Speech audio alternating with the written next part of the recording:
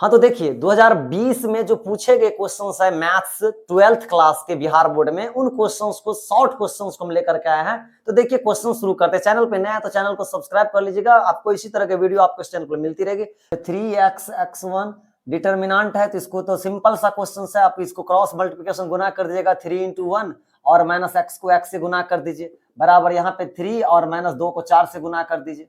तो इधर हो गया आपको कितना 3 - x² बराबर 3 - 8। तो देखिए ये 3 कैंसिल हो गया, -x² और -8 ये कट गया, तो x बराबर √8 और 8 का स्क्वायर रूट क्या हो जाएगा 2√2 हो जाएगा इसका आंसर। सेकंड नंबर जो क्वेश्चन है integration sin² x/1 + cos x dx का मान क्या होगा। आपको पता है कि इंटीग्रेशन जो निकाल रहे हैं तो sin² x का जो फॉर्मूलाज होता है वो ट्रिगोनोमेट्री के आधार पे sin² θ + cos² θ बराबर 1 होता है, तो sin² θ बराबर 1 - cos² θ हो जाएगा। तो यहाँ से sin² θ बराबर 1 - cos² x हो गया और ये 1 प्लस कितना हो गया cos x। अब देखिए यहाँ पे a² - b² के रूप में आ गया, यानी कि यहाँ पे एक बार आप a + b और इंटू a - b के रूप में लिख सकते हैं इसको, और अपॉन में 1 प्लस cos x और यहाँ पे dx है dx। ये 1 प्लस cos x और 1 प्लस cos x तो कैंसिल हो गया, तो ये 1 माइनस क्या हुआ cos x dx। अर्थात एक बार आपका 1 का भी इंटीग्रेशन कीजिएगा तो 1 तो कांस्टेंट टर्म बाहर आ जाएगा, और एक बार आप cos x dx का इंटीग्रेशन कीजिएगा, cos x का इंटीग्रेशन dx फॉर्मूला पता है आप सभी को क्या होता है x होता है, याद किए थे आप लोग, और cos x का इंटीग्रेशन क्या होता है sin x। ओके तो प्लस c लगा देना है। तो ये हो गया आपका सेकंड नंबर क्वेश्चन 2020 से पूछा था। थर्ड नंबर क्वेश्चन जो है सो एलपीपी का क्वेश्चन है, इसको भी आराम से देखते हैं, समझने का प्रयास करते हैं, क्योंकि ये क्वेश्चन जो है ना फिक्स है कि हर एक बार बोर्ड में 5 मार्क्स का पूछता ही है, या तो ये पूछेगा या इसी चैप्टर में जो 12.2 है लैंग्वेज वाला क्वेश्चन उसमें से 100% पूछेगा ही। तो पहले 12.1 से रिलेटेड क्वेश्चन को देख लेते हैं जो कि पूछा गया क्वेश्चन है। कर देखिए इस क्वेश्चन में क्या करना रहता है ना, बस सबसे पहले ये सोचना रहता है कि ये क्वाड्रेंट किस क्वाड्रेंट में जाएगा। हम कैसे पता करेंगे, यहाँ पे x का मान क्या है 0 से बड़ा है और बराबर भी है, y का मान क्या है 0 से बड़ा, 0 से बड़ा में जाएंगे तो पॉजिटिव में जाएंगे। अब पॉजिटिव x पॉजिटिव और y पॉजिटिव कौन देता है, फर्स्ट क्वाड्रेंट देता है, यानी कि अगर बॉन्डेड रीजन हम जब कलर करेंगे ना तो फर्स्ट क्वाड्रेंट वाले को ही कलर करेंगे। अब यहाँ पे जो सब्जेक्ट हमारा दिया है इसके अकॉर्डिंग हम क्या करेंगे, वैल्यू से ग्राफ बनाने की कोशिश करते हैं। हमारे पास जो सब्जेक्ट दिया है इसको हम एज्यूम कर लेते हैं, एज्यूम दैट यहाँ पे दिया है x + y जो है लेसर देन और इक्वल टू 4। तो यहाँ पे हम एक बार एज्यूम करते हैं कि x + y जो है सो 4 के इक्वल है। तो जब इक्वल है तो इसका ग्राफ बना लेते हैं। आपने अच्छी तरह से ग्राफ को पता है, आप ग्राफ बनाना पता बहुत ही आसान, आप कुछ भी मान रख सकते हैं, लेकिन ट्रिक बताते हैं हम। एक बार आप x का मान 0 ले लीजिएगा, एक बार y का मान 0 ले लीजिएगा, बस काम बन जाएगा आपका। तो x का मान 0 लेंगे तो y बराबर 4 और y का मान 0 लेंगे तो x बराबर कितना हो गया 4 हो गया। अब इसका ग्राफ यहाँ पे खींच लेते हैं, ये x, ये x डैश, ये y और ये y डैश, ये ओरिजिन हो गया, ये 1 2 3 4। इसको आपको ग्राफ पेज पे बनाना है, ओके ना, आपको एग्जाम में ग्राफ पेज देगा तो इतना घबराने की जरूरत नहीं है। ये x डैश था और ये 1 हो गया, यहाँ पे 2, यहाँ पे 3, यहाँ पे 4, -1 -2 -3 और -4 हो गया। अब देखिए x का मान 0 और y का मान 4, तो कहाँ है x का मान 0 और y का मान 4, ये बिंदु हो गया 0,4। यहाँ पे है x का मान 4 और y का मान 0, तो देखिए x एक्सिस ये है तो x का मान 4 और y का मान, y तो 0 इसी पे है, तो यहाँ पे हो गया 4,0। इस दोनों को आप क्या कीजिए, मिला दीजिए।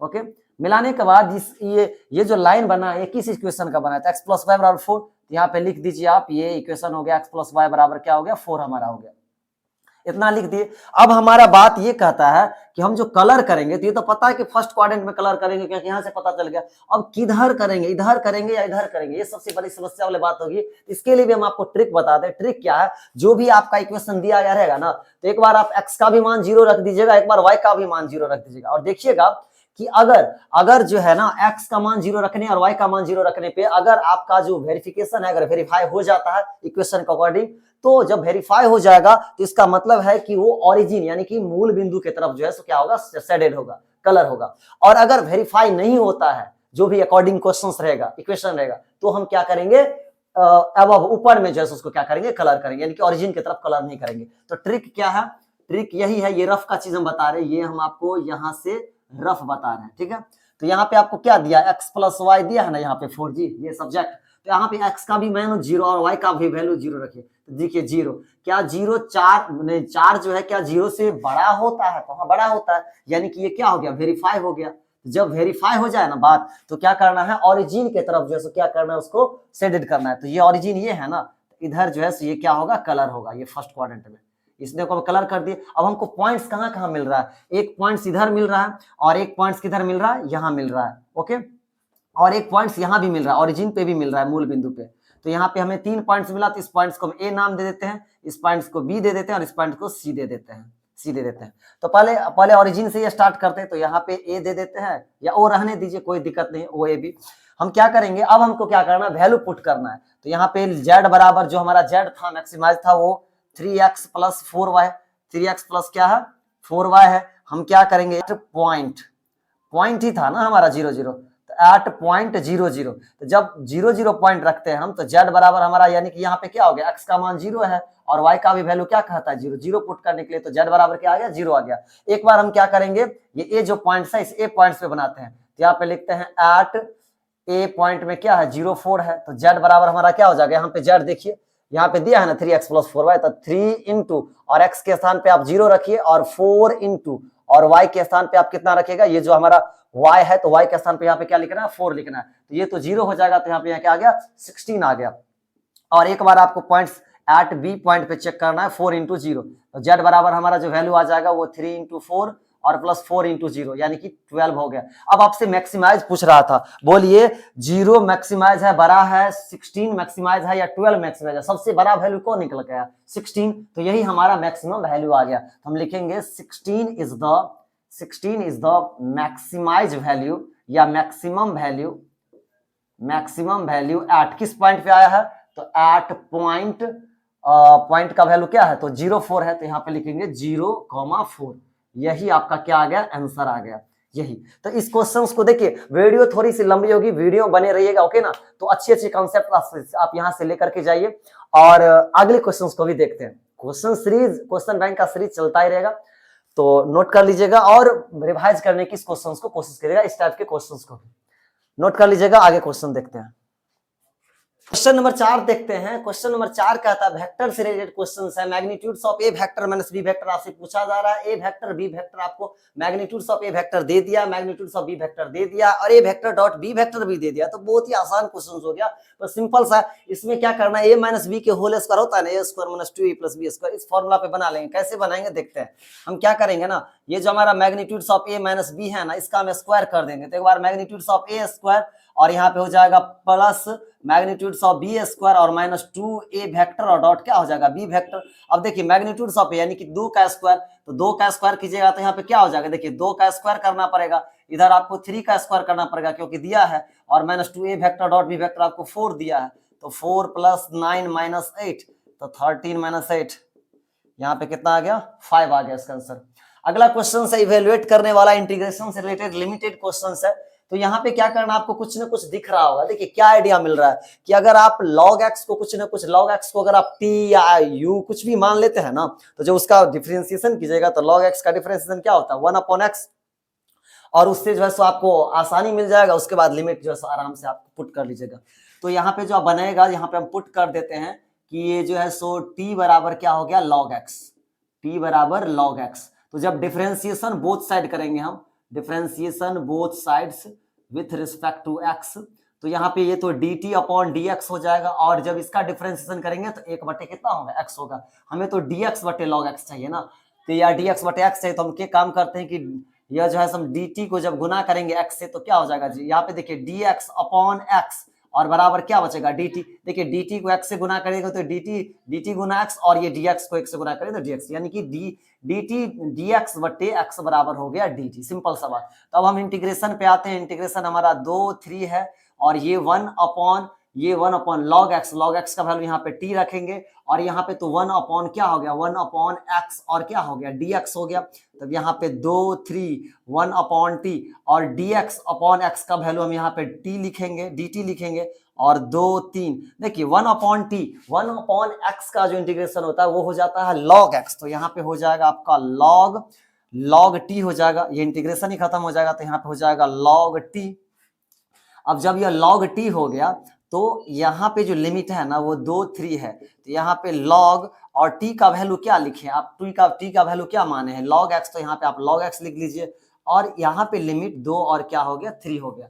उसके बाद क्या करना है, कुछ नहीं करना है। देखिए x के स्थान पे 3 एक बार बैठा दीजिए, माइनस लिखिए, फिर x के स्थान पर कितना लिख दीजिए 2 लिख दीजिए। तो यहाँ पे लिखेंगे आप log log log log log 3 और माइनस log log 2। बिल्कुल नहीं समझे हम, आप बोलिएगा बिल्कुल नहीं समझे, आप ज्यादा कर रहे हैं। देखिए बहुत ही सिंपल ढंग से बताते हैं। लॉग लिखे हम, यहां पे फिर से लॉग लिखेंगे और x के स्थान पे कितना लिख दिए 3, माइनस का चिन्ह देंगे क्योंकि लिमिट बनाने का नियम है, पहले अपर लिमिट फिर माइनस और उसके बाद लोअर लिमिट। अब हम इतना वैल्यू फिर से लिखेंगे लॉग, यहां पे भी लॉग और x के स्थान पे क्या लिखेंगे 2। अब ये देखिए ये फॉर्मूला का काम हो रहा है, फॉर्मूला होता है log m minus log n बराबर log m बटे n। तो इसी फॉर्मूला का हम इस क्वेश्चन में यूज करेंगे। तो log m के स्थान पे log 3 हो गया, n के स्थान पे log 2, तो log m बराबर हो जाएगा log 3 और बटा कितना हो जाएगा log 2। अब देखिए जब इस टाइप का कंडीशन आ गया ना, तो ये log तो ऐसे ही रहेगा और ये जो 3 है ना ये यहाँ आ जाएगा और 2 जो है सो कहाँ पे आ जाएगा, बेस में आ जाएगा। ये जो है सो आपको ये फॉर्मूला पता होगा कि log a base b, log a base b जब रहता है तो यहाँ पे जो हो जाता है ये log a और अपॉन में log b हो जाता है और बेस में क्या रह जाता है, e रह जाता है। इसी फॉर्मूला का यूज हुआ है। 3 यहीं पे है और ये जो 2 है ये नीचे आ गया, इसका आंसर आ गया। तो इस क्वेश्चंस को भी नोट कर लीजिएगा और रिवाइज करते रहिएगा। आगे क्वेश्चन हम देखते हैं। क्वेश्चन बैंक 2022 की सीरीज को चला रहे हैं, मैथ्स 2022 क्लास 12 के लिए। नंबर क्वेश्चन कह रहा है कि एडजॉइंट ऑफ ए निकाल। एडजॉइंट ऑफ ए बहुत ही आसान है, पता है क्या होता है, कोफैक्टर निकाल दीजिए, उसका ट्रांसपोज कर दीजिए, ट्रांसपोज निकाल दीजिए। तो कोफैक्टर कैसे निकाला जाता है जी, तो कोफैक्टर निकालने के लिए जो एडजॉइंट ऑफ ए कह रहा है क्वेश्चन, यहाँ पे सबसे पहले हम क्या लिखेंगे कि adjoint of A equal to cofactor of A का कोफैक्टर और इसका हम ट्रांसपोज। देखिए ट्रांसपोज को टीवी लिखा जाता है और डैश भी करके लिख दिया जाता है। तो कोफैक्टर कैसे निकालेंगे, कोफैक्टर निकालने से पहले क्या करेंगे, जब दो रो 2 कॉलम रहता है ना तो प्लस माइनस और माइनस प्लस लिखाता है। तो यहाँ पहले प्लस, यहाँ पे माइनस, यहाँ पे माइनस, यहाँ पे प्लस लिख दिए। अब ट्रांसपोज, अब देखिए जो मतलब कहने का अर्थ क्या होता है, ये रो और ये कॉलम जैसे जो बनाइएगा ना तो इसको ढक दीजिए ऐसे करके, इस पहला वाला के लीजिएगा तो इसको और इसको ढक दीजिए, तो क्या बचा 4 ना, तो यहाँ पे 4 लिखा आएगा। तो यहाँ पे हम लिखेंगे क्या 4। फिर इसके बारे में बात करेंगे A12 के बारे में, तो इस रो और इस कॉलम को ढक दीजिए, तो क्या बचा 1, तो यहाँ पे 1 लिख दीजिए। फिर इसके बारे में बात करेंगे तो इस रो को और इस कॉलम को ढक दीजिए, तो क्या बचा 3, तो यहाँ पे 3 ट्रिक है। तो इस रो और इस कॉलम को ढक दीजिए तो 2, यहाँ पे 2 लिखिए। कोफैक्टर निकालिए। अब ट्रांसपोज करना है, तो ट्रांसपोज करने के लिए क्या किया जाता है, जो भी रो है उसको कॉलम में लिख देंगे। तो यहाँ पे ये जो 4 माइनस 1 रो में है तो ये 4 माइनस 1 कॉलम आ जाएगा। फिर ये रो सेकंड रो है तो सेकंड कॉलम बन जाएगा -3 और 2। यही आपका हो गया एडजॉइंट ऑफ ए कंप्लीट ना। 7 नंबर क्वेश्चन यहाँ पे देखिएगा, कहता find the direction question. Direction question निकालना मैं आपको बहुत बार बताया, वेक्टर का ऑब्जेक्टिव सीरीज भी चलाए थे, इंट्रोडक्शन भी चलाए थे। अगर आपने उस वीडियो को नहीं देखा तो हमारे प्लेलिस्ट में जाइए और प्लेलिस्ट में जस्ट अलग से सीरीज बनाया गया, पार्ट 5 तक हम बताएं, उसको देख लीजिएगा, आपको बहुत ही बेनिफिट मिलेगा। तो यहाँ पे direction cosine of the vector, तो यहाँ पे हम लिखते हैं लेट ए वेक्टर बराबर 3i cap minus 4j cap plus 12k cap. तो यहाँ पे देखिए ये जो ए है ये 3 ये 4 और ये तो डायरेक्शन आपको रेशियोज हो गया। तो ए बराबर आपका कितना है 3, यहाँ पे बी बराबर कितना है -4 और सी बराबर कितना है 12। डायरेक्शन क्वेश्चंस निकालना आपको पता है, डायरेक्शन क्वेश्चंस का मतलब हो गया कि cos alpha cos beta cos gamma, यानी कि जिसको हम शॉर्टकट में एल एम एन से भी लिखते हैं। तो अगर एल की बात करेंगे तो फॉर्मूला क्या होता है, A upon under root A square plus B square plus C square. तो ए का वैल्यू 3 है तो 3 अपॉन अंडर रूट इसका स्क्वायर कर देंगे तो 3 का स्क्वायर प्लस -4 का स्क्वायर और प्लस 12 का क्या हो जाएगा स्क्वायर। तो 3 अपॉन अंडर रूट यहाँ पे 9, 16 और 144। तो 3 अपॉन यहाँ पे हो जाएगा 9 15 9 एक 169 यानी कि 169 का हो जाएगा 30। इसी तरह से सेम एम में भी बात होगा, तो एम का हो जाता है बस सेकंड वाला ले लेंगे बी बट्टा अंडर रूट ये A square plus B square plus C square. तो बी का वैल्यू कितना है -4 और इसको ब्रेक किया तो कितना आया 13 आया है। अब एन बराबर तो एन सी बट्टा under root A square plus B square plus C square. तो सी का वैल्यू कितना है 12 और अभी हमने निकाला है under root A square plus B square कितना निकाला 30। तो यही डायरेक्शन कोसाइंस हो गया।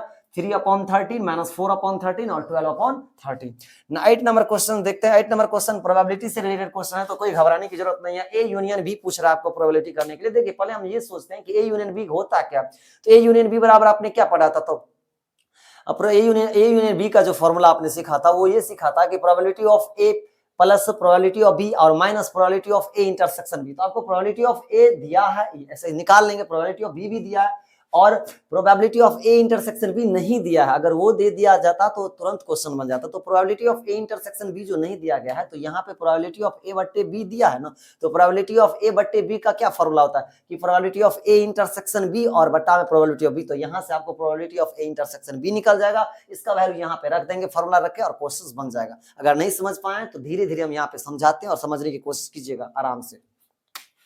पहले हम यहाँ पे यूज लिख देते हैं कि इस क्वेश्चन में हम क्या क्या करने वाले हैं। ओके, सबसे पहले हमारे पास यहाँ पे जो फॉर्मूला है probability of A intersection B, इसका फॉर्मूला होता है probability of A intersection B और अपॉन प्रोबेबिलिटी ऑफ बी। पहला फॉर्मूला हम यहाँ पे लिख दिए, इसका हम यूज यहाँ पे करने वाले हैं। यहाँ पे लिखते हैं probability of A intersection B, sorry A upon B equal to probability of A intersection B upon probability of B, और ए अपॉन बी का वैल्यू दिया है 2/5। Probability of A intersection B हमें को नहीं पता है, तो ऐसे ही हम लिख देते हैं। और प्रोबेबिलिटी ऑफ बी, देखिए प्रोबेबिलिटी ऑफ बी कितना दिया है, 5/13 दिया, तो 5/13 हो गया। यहाँ पे 5 क्या हो गया 13। तो या एक काम करते हैं, हम प्रोबेबिलिटी ऑफ बी को हम प्रोबेबिलिटी ऑफ बी ही अभी रहने देते हैं। अब जब इसको आप क्रॉस मल्टीप्लिकेशन कीजिएगा तो probability of A intersection B बराबर क्या हो जाएगा, इस दोनों का गुना होगा क्या नहीं होगा, यानी किस किस का गुना होगा, 2 गुने प्रोबेबिलिटी ऑफ बी और अपॉन में क्या आ जाएगा, ये 5 आ जाएगा। ओके, तो यहाँ पे हम लिखेंगे probability of A intersection B बराबर 2/5 गुना प्रोबेबिलिटी ऑफ बी कितना है 5/13 है, तो 5/13, ये 5 से 5 कट गया तो 2 कितना आ गया 13, यानी कि हमने probability of A intersection B निकाल लिया।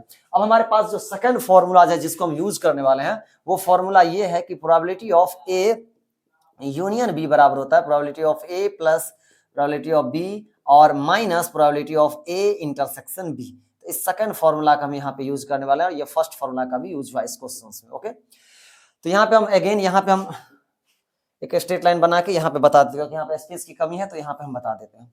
तो यहाँ पे देखिए सबसे पहले कि प्रोबेबिलिटी ऑफ ए हमारा है कितना, पता है कि प्रोबेबिलिटी ऑफ ए कितना है, ये 5/13 है ना। इस 2 को इधर गुना कीजिएगा तो कितना हो जाएगा 26 हो जाएगा ना जी। देखिए इस 2 को नहीं समझ रहे हैं, देखिए 2 प्रोबेबिलिटी ऑफ ए बराबर 5/13 है, तो प्रोबेबिलिटी ऑफ ए बराबर 5/13 ऐसे ही रहेगा। ये 2 इधर आएगा तो कोना कोनी क्रॉस मल्टीप्लिकेशन होगा ना, तो 5 बटा कितना आएगा 26। समझ गए होंगे, इसको हम इरेज कर देते हैं, मिटा देते हैं।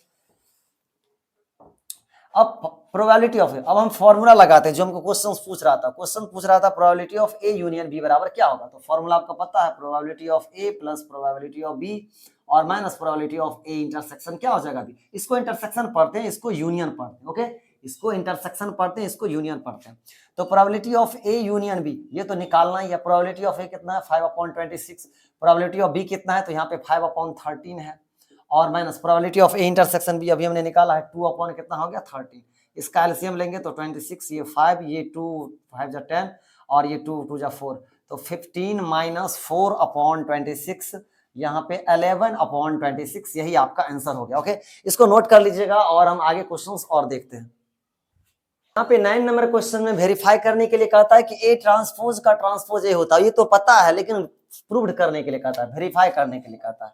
तो पहले क्वेश्चंस में ए ट्रांसपोज आपको निकालना, तो ट्रांसपोज निकालना तो बहुत ही आसान है। कैसे, जो भी रॉ है उसको आप क्या करिए कॉलम में लिख दीजिए, सेकंड रॉ को सेकंड कॉलम में लिख दीजिए।